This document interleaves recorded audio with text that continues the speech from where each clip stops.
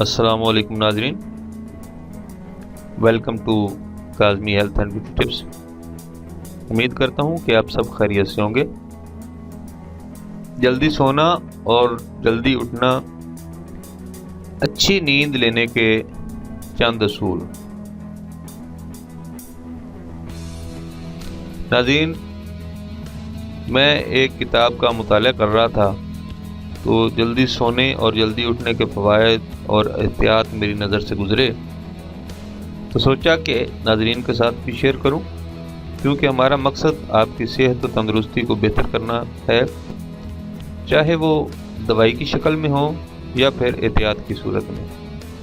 آئیں آپ کو بتائیں۔ امید کرتا ہوں آپ کو ہماری کاوش پسند آئے گی۔ رات کو جلدی سونا اور صبح جلدی اٹھنا آپ کو صحت مند اور عقل مند بناتا ہے۔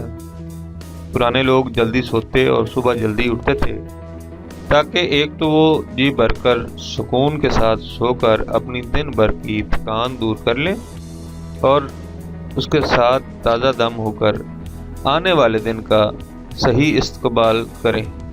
مگر آج کل ہماری عادتیں زیادہ تر خرابی اور برے رجحانات کی طرف مائل ہیں۔ نہ کوئی جلدی سوتا ہے اور نہ جلدی اٹھتا ہے۔ اس وجہ سے اکثر لوگ دفتر اور کام پر دیر سے پہنچتے ہیں۔ رات کو پوری طرح آرام نہ کیا جائے اور بھرپور نیند نہ آئے تو اگلے دن کام کرنا مشکل ہو جاتا ہے۔ اکثر لوگ جوان یا پھر ادھیڑ عمر کے یا پھر بوڑھے بے خوابی کی شکایت کرتے ہیں۔ بے خوابی یا نیند کا نہ آنا ایک بڑی تکلیف دہ بیماری ہے۔ اس وجہ سے آدمی دن بھر بے چین رہتا ہے اور اس سے کوئی کام نہیں ہوتا۔ ایک صحت مند جوان آدمی کو 6 سے 8 گھنٹے روزانہ نیند کی ضرورت ہوتی ہے، جبکہ ایک بچہ 12 سے 16 گھنٹے تک سوتا ہے۔ عورتیں 7 سے 8 گھنٹے تک سونا پسند کرتی ہیں۔ آج کل جدید تحقیق نے ثابت کیا ہے کہ اگر 4 سے 6 گھنٹے بھی صحیح طور پر سو لیا جائے تو کافی ہے۔ اصل میں ہر شخص کی نیند کا ایک خاص ردم ہوتا ہے جسے سرکاڈین ردم کہتے ہیں، جو اگر باقاعدہ رہے تو پھر بے خوابی کی شکایت نہیں ہوتی، لیکن اگر سونے کے اوقات بدلتے رہیں تو پھر خاصا مسئلہ پیدا ہو جاتا ہے۔ اس لیے ضروری ہے کہ وقت مقرر پر سویا جائے اور وقت پر جاگا جائے، تو اس عادت کو اپنانے سے بے خوابی اور بے چینی سے کافی حد تک بچا جا سکتا ہے۔ اچھی نیند لینے کے چند اصول۔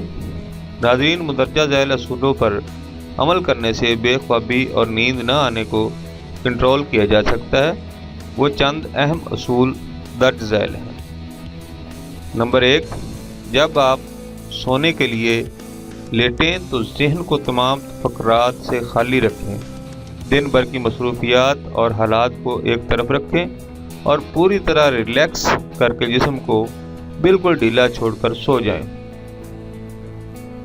نمبر 2، سونے کے وقت کافی یا پھر چائے پینے سے گریز کرنا چاہیے، کیونکہ اس سے ایک تو بار بار پیشاب آتا ہے، یہ نیند لانے کی بجائے جگانے والے عناصر کا کردار ادا کرتے ہیں، لہذا اس سے پرہیز ضروری ہے۔ نمبر 3، جیسا کہ پہلے بتایا گیا کہ باقاعدگی کی بہت زیادہ اہمیت ہے۔ اگر آپ اپنے سونے کے اوقات کے مطابق آرام کریں تو پھر ہمیشہ اچھی نیند آتی ہے۔ اس سے نیند کا سائیکل یعنی سلیپ سائیکل ڈسٹرب نہیں ہوتا۔ نمبر 4، رات کو زیادہ ثقیل غذا بھی نہ کھائیں۔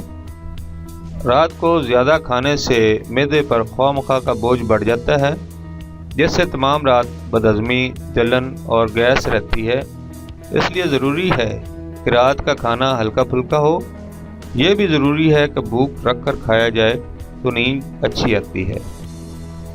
نمبر 5، بے خوابی کا شکار لوگ اکثر نیند کی گولیاں استعمال کرتے ہیں جو صرف مصنوعی سہارا ثابت ہوتی ہیں۔ ان دواؤں کا بے جا استعمال بہت خطرناک ثابت ہو سکتا ہے، کیونکہ ایک تو بندہ ان کا عادی ہو جاتا ہے، دوسرے ان دواؤں کے مضر اثرات کی وجہ سے اور کئی مسائل بھی پیدا ہو سکتے ہیں، اس لیے تھوڑی سی کوشش کریں اور اچھی نیند لیں۔ Thanks for watching. Do not forget like and subscribe.